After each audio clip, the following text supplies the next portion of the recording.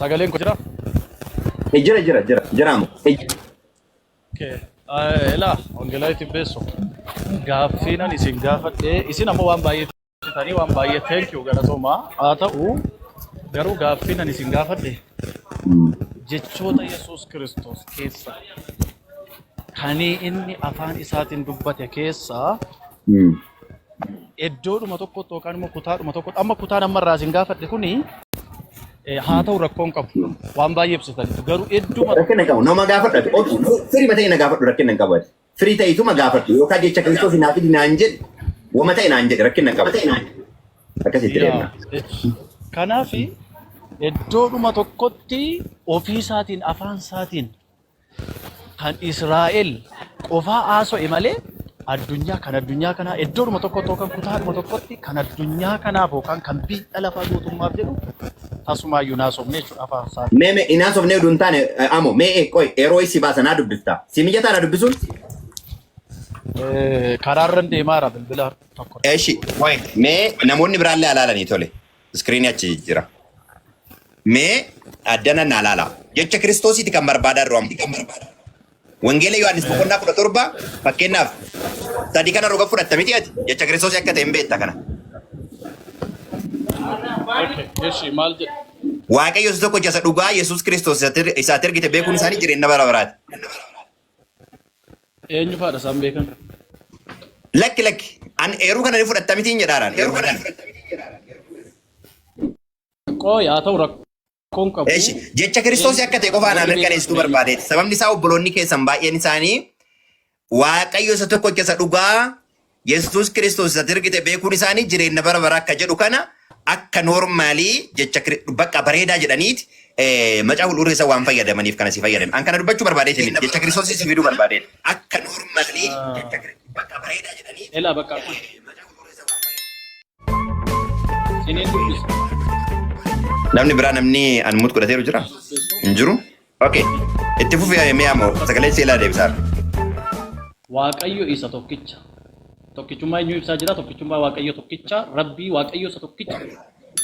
Yes, rakkina qabu. Kana ni fudhattaame jedhaaraan kana irratti mormuu barbaadeeti miti beeyamoo. Hiikkaa isaati itti deema akkuma barbaadde fudhadhu ati. Waaqa tokko keessa allaallee jedhe waan barbaadde jedhe anasiim isaa miti kana irra dubbachuu barbaadde.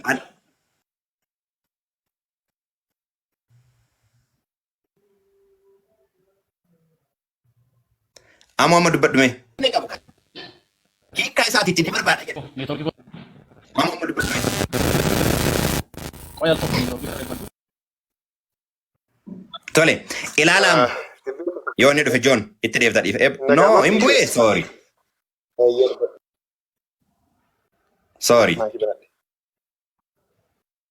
Hin bu'e. Please go to deebi. Yeroo ni deebi'u galchima. Waa baay'ee dubbachuuf miti. Maalidha beektaa? Wanta ati dubbatte immoo dhagaan oolle.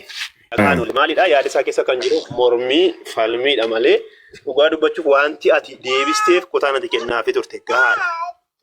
Amma fakkeenyaaf Wangeela Yohaannis boqonnaa 17 guutummaa biyya lafaaf yeroo itti kadhatee argite. Itti himte. Mul'ata Yohaannis 17. Mul'ata Yohaannis 7 kutaa ati kenniteef deebisteef garuu jecha afaanii isaa jedha. Mul'anni koo jecha afaanii Yesuus Kiristoosidha barree. Namoonni kan isaan hubachuu qaban. Darbee Wangeela Yohaannis boqonnaa 3 lafa. Amo rakkina hin qabu yaa. John, thank you. John, dhiifama waayikii qabadhu mee? Eeshi. Nama guddaa duukanaa soo akka waayikii kee qabadhu.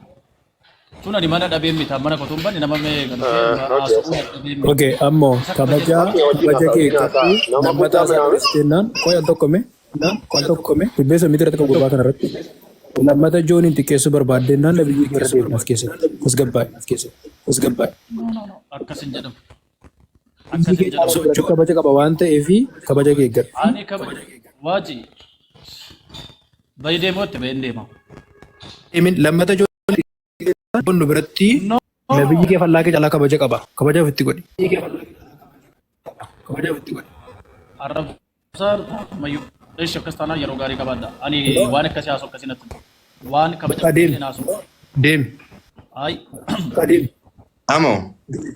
Okay. Mana ko Dagama. So yoo mana kee walitti finna geessu. Walitti finna. Tole amma muti qabataniirani. Mee jecha kana dhaggeeffadhu.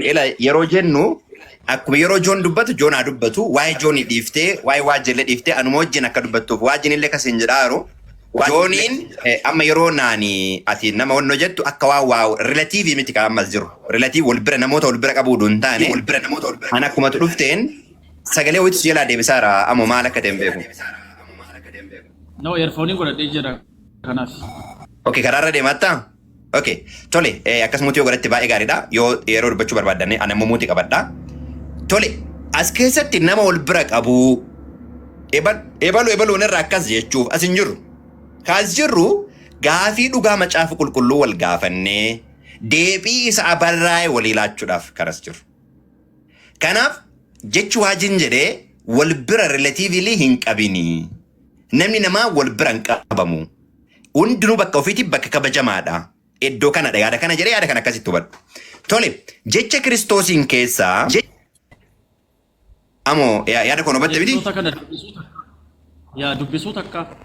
Inni dubbate dubbisi. Akkamitti akka inni barreeffame fakkeenyaaf amma kun ilaaluu dandeessu. Waaqayyo isa tokkicha gaafa jedhu Waaqayyo inni tokkichi sun eenyu bakka. Waaqayyo isa tokkicha. Sawwani galla an beeru kana waan fudhattuu fi kanan kana fide Amo. Ati akkuma barbaaddetti illee kan amma yeroo kana miti lakkoofsa sadii miti kanan dubbachuu barbaade. Isa tergites beekuun isaanii ila Yesuus Kiristoos isa Yesuus ofuma isaatii maal jecha jira?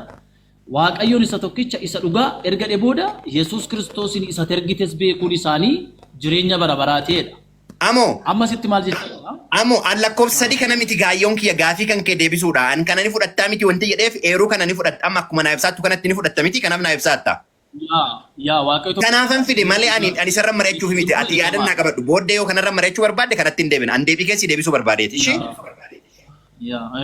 Akkasin naa qabadha. Tole lakkoofsa lamarraa ilaalamu. Jecha afaan Kiristoosii baheedha kun.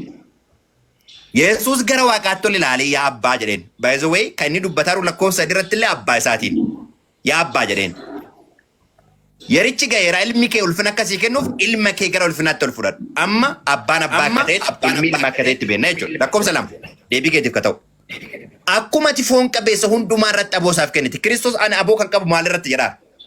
Foon qabeessa hundumaa irratti jedhaa. Nama ta'ee foon kan hin qabne jiraa moo? Jarjarte fufi. Tole rakkina qabu gaafii sana deebi. Nama ta'ee foon kan hin qabne jiraa? Qulqulluu miti yookiin miitii akka dubbistu sagaleen qulqulluu miti macaafa dubbifamu. Yookaan yeroo ati dubbattu ammoo qabadha. Ammoo muutii qabadha. Thank you. Kanaaf maal jedhaara? Akkuma ati foon qabeessa hundumaa irratti aboosaaf kennite. Innis immoo warra ati isaaf kennite hundumaaf jireenya bara baraa akka kennuuf jedha.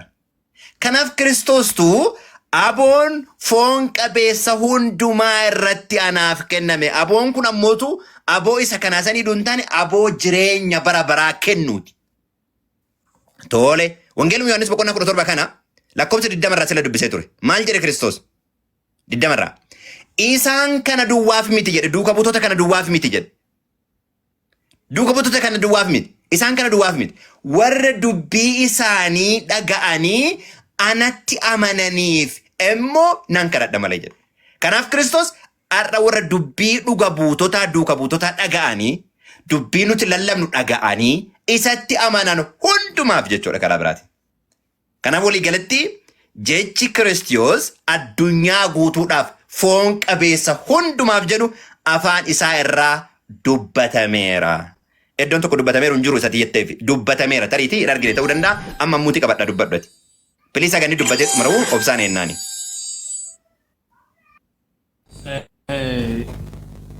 Gaaffii ani sin gaafadhe gaaffii kan biraati garuu waan baay'ee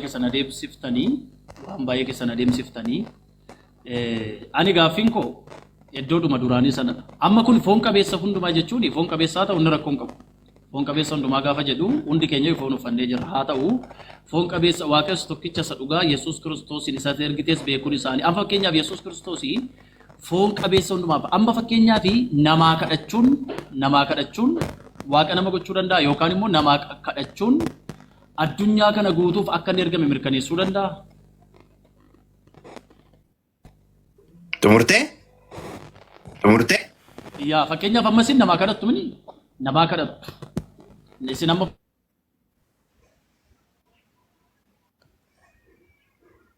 fakkeenyaaf namaaf kadhachuun addunyaa kanaaf akka inni ergame yookaan immoo namaaf kadhachuun All right. Tole baay'ee gaariidha. Kan jedhaaru kadhachuu qofa miti. Ati foon qabeessa hundumaa irratti aboosaaf kennite, inni immoo warra ati kennite hundumaaf jireenya bara bara haa kennuuf. Kun dhimma kadhachuuti miti. Dhimma jireenya bara baraa kennuuti. Karaa jireenya namatti agarsiisu miti. Dhimma jireenya bara baraa kennuuti.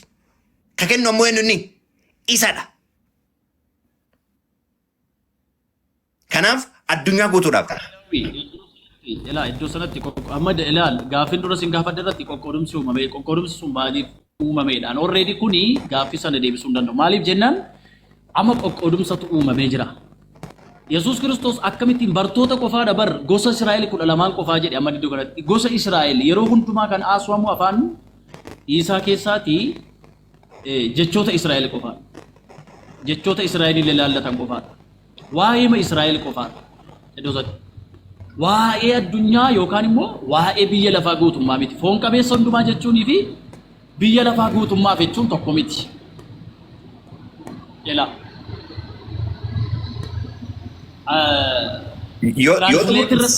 Sineega yeroo xumurtee nan dubbadha yoo xumurteef sineega.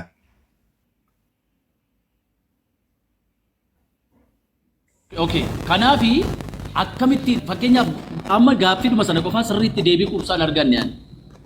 Maaliif amma fakkeenyaaf iddoo warri na wajjin mo'an jedhe sunis sanan ibsu maaliif jennaan addunyaa guutuuf jedhela addunyaa guutuuf jedhe ton taane gosoonni Israa'el kun 12 kun bartoonni kun Israa'eluma sana 12niif warra jalqaba hanga dhumaatti gosoota 12 jedhamaniif waamaman sana isaanuma sana qofaadhaaf akka isaan firdii kennan jedhe malee addunyaaf jenne warri kaan eessa jiru roosan amma kun gaaffiin kun ikkoo tasuma deebi'uu hin danda'u naaf illee deebiin gosoonni warri kaan eessa jiru. Tole xumurtee. Gaaffii kan eessaa fiddanii Tole xumurtee laal. Wangeela Yohaannis boqonnaa 16 lakkoofsa 30 anatti qabamtanii nagaa akka qabaattaniif an kana hundumaa isinitti himeera. Biyya lafaatti rakkina qabdu garuu jabaadhaa an biyya lafaa moo'eera. Biyya lafaa jechuun addunyaa guutuudha jechuun moo addunyaa guutuu miti? biyya lafaa jechuun addunyaa guutuudha. Interesting. Amma naa qabadhu.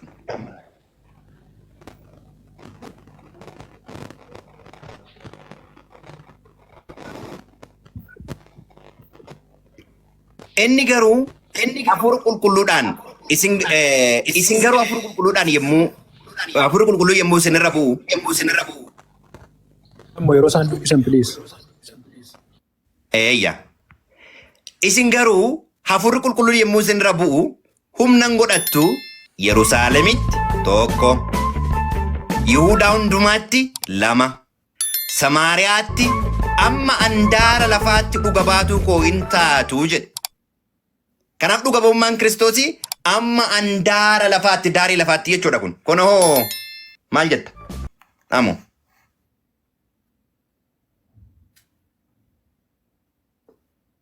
Dhiikudha jaas dubbisime. Wangeela Yohaannis. Ila andaara lafaa jechuudha. Andaara lafaa jechuudha wangeela. Andaara lafaa jechuudha fakkeenyaaf amma andaara lafaa ga'aniiru akka biyya afaan biyya keenyaatti fakkeenyaaf amma andaara lafaarra jiru loon andaara lafaarra deedaa jiru. Fakkeenyaaf fagaatanii kiiloomeetira isaanii hedduu fagaatanii andaaratti gadhiisaa qottaa. Fakkeenyaaf amma afaan garagaradha. Ila afaan garagara andaaratti gadhiisaa qottaa jedhama. Loon fakkeenyaaf jechuudha. Andaaratti gadhiisaa qottaa. Andaara lafaatti ergaa qottaa. Fakkeenyaaf kun biyya lafaa guutummaan ilaallatama jechuudha. Eeshi. Mee tokko laallaa moo? Tokko laallaa. Maal jedhaana? Yerusaalemitti tokko. Jira miti? Yerusaalemitti ilaalaa obboloonni. Yerusaalemitti Yihuudaa hundumaatti Samaariyaatti amma maal ta'e jechuudha. Yerusaalem Yihuudaa Samaariyaa keessaa ba'eera. This about location dha kun.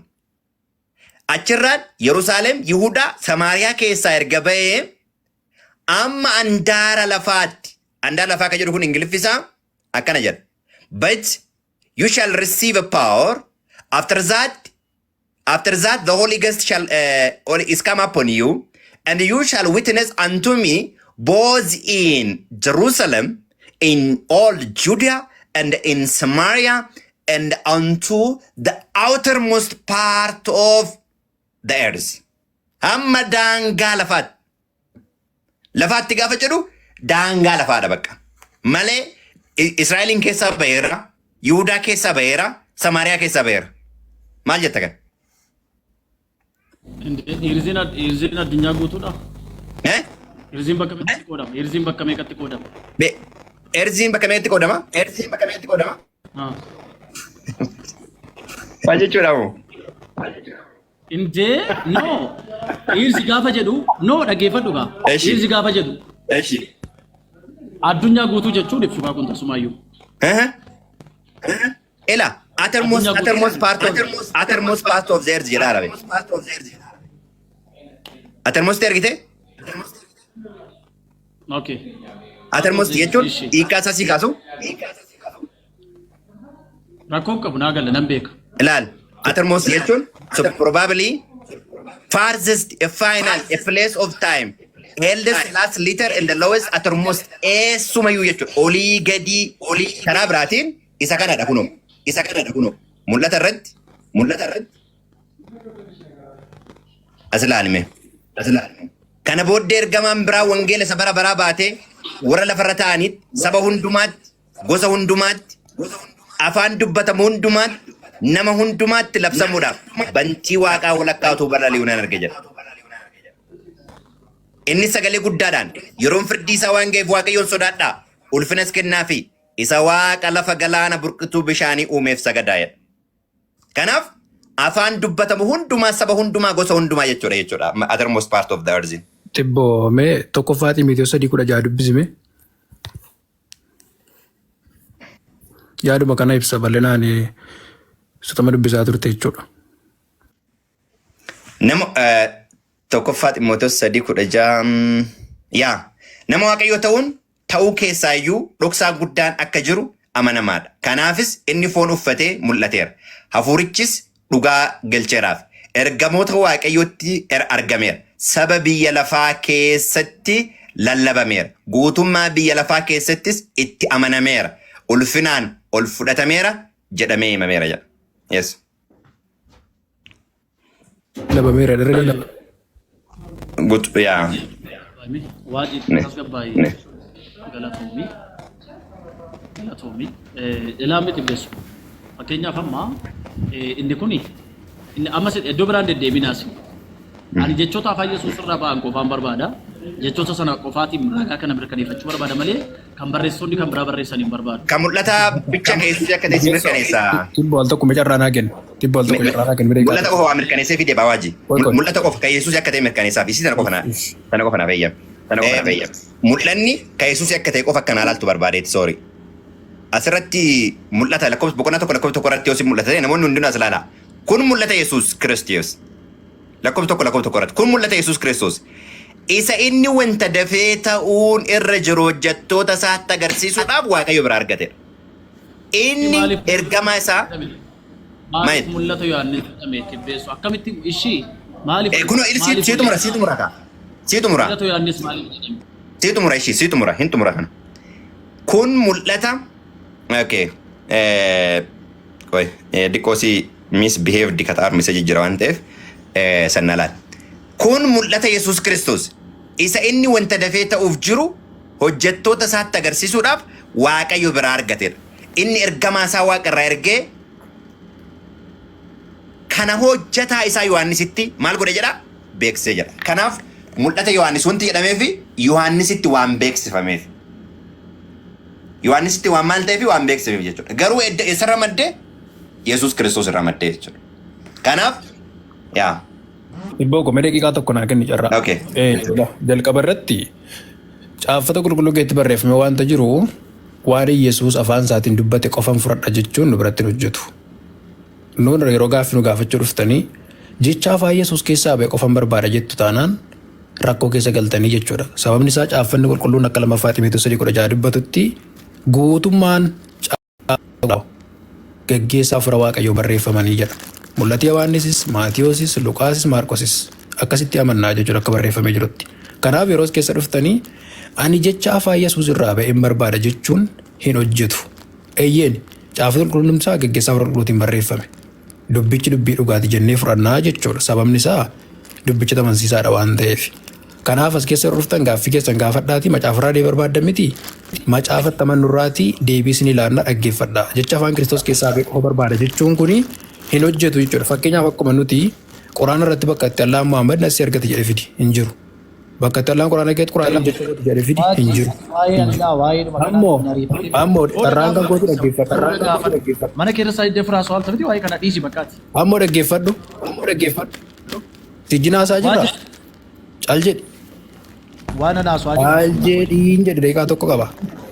Miira kee haa Waa quraanaan dubbanne waa quraanaa sin gaafadhu waa tokko hin beektu waan ta'eef. Sin gaafadhu nama raadhee gaafanna waa quraanaa meenne gaafadhu. Dhaggeeffadhu sin gaafadha nuti. Sirraa dubbachuus miti rifatin si ajjeesu galgala dafatti galtuun qabdu. Bakka walillee bakka bulanta nama dhibaa jedha Oromoon. Kanaafi dhaggeeffadhu yeroo naasa'u. Tasgabbaa'eeti.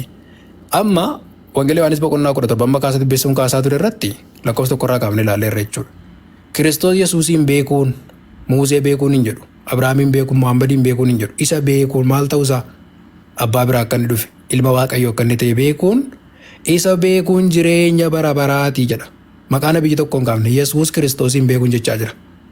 Lakkoofsa tokko lama irratti immoo ilma waaqayyoo akka inni ta'e akkuma dubbatu ulfina waaqayyummaa akka inni qabu akka dubbatu warra jiran warra irratti aboo akka inni qabu foon qabeessa hundumaa irratti aboo akka inni qabu kan dubbatu jechuudha. Isa kana kan amanu maal ta'uusaa Kiristoos amanamaa ta'uusaa kan amanatu hundumtuu jireenya bara baraa kan qabaatu jechuudha.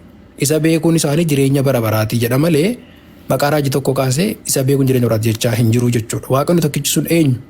Isa ilmaajii waaqayyummaa tokko qabu ilma isaa gara biyya lafaatti erge. Waaqni abbaa hin taane duudhaadha nu biratti waaqa jedhamee fudhatamun abbaadha waaqni kan nuti beeknu jechuudha. Akkasitti beesso gaafa macaafa kee gaaffii si gaafatu jecha afaan Yesuus irraan barbaadaan polotikaan hojjenne. Itti fufi Joon. Daqiiqaa tokko naa kennitu daqiiqaa tokko jedhiin hafe dhiifama yeroo hin qabu. Beesso Jooniif carraa kenni amma museera kenni deemsi kan gabbaa. Nan deema waajji nama 500 turu dhaggeeffataadha nan deema. Ka yoo deemte carraa si maal deemte dhaggeeffatu baree dubbachuu nan danda'a dhibbeessu. Amo tasgabbaa'e please. Joon maayikii kee qabi. Keenya meeshaa ishii dhaqee qabu hin gaafattaa qoy. Waa'ee keenya dhimma keenya dubbataa jirra. Ustaaz Ahimediin Naagash. Amo dibeetii jiru macaafa dubbataa jirra. Akkuma qaba himaa dhaadhu. Olgesh. Tole yoo ergite jira.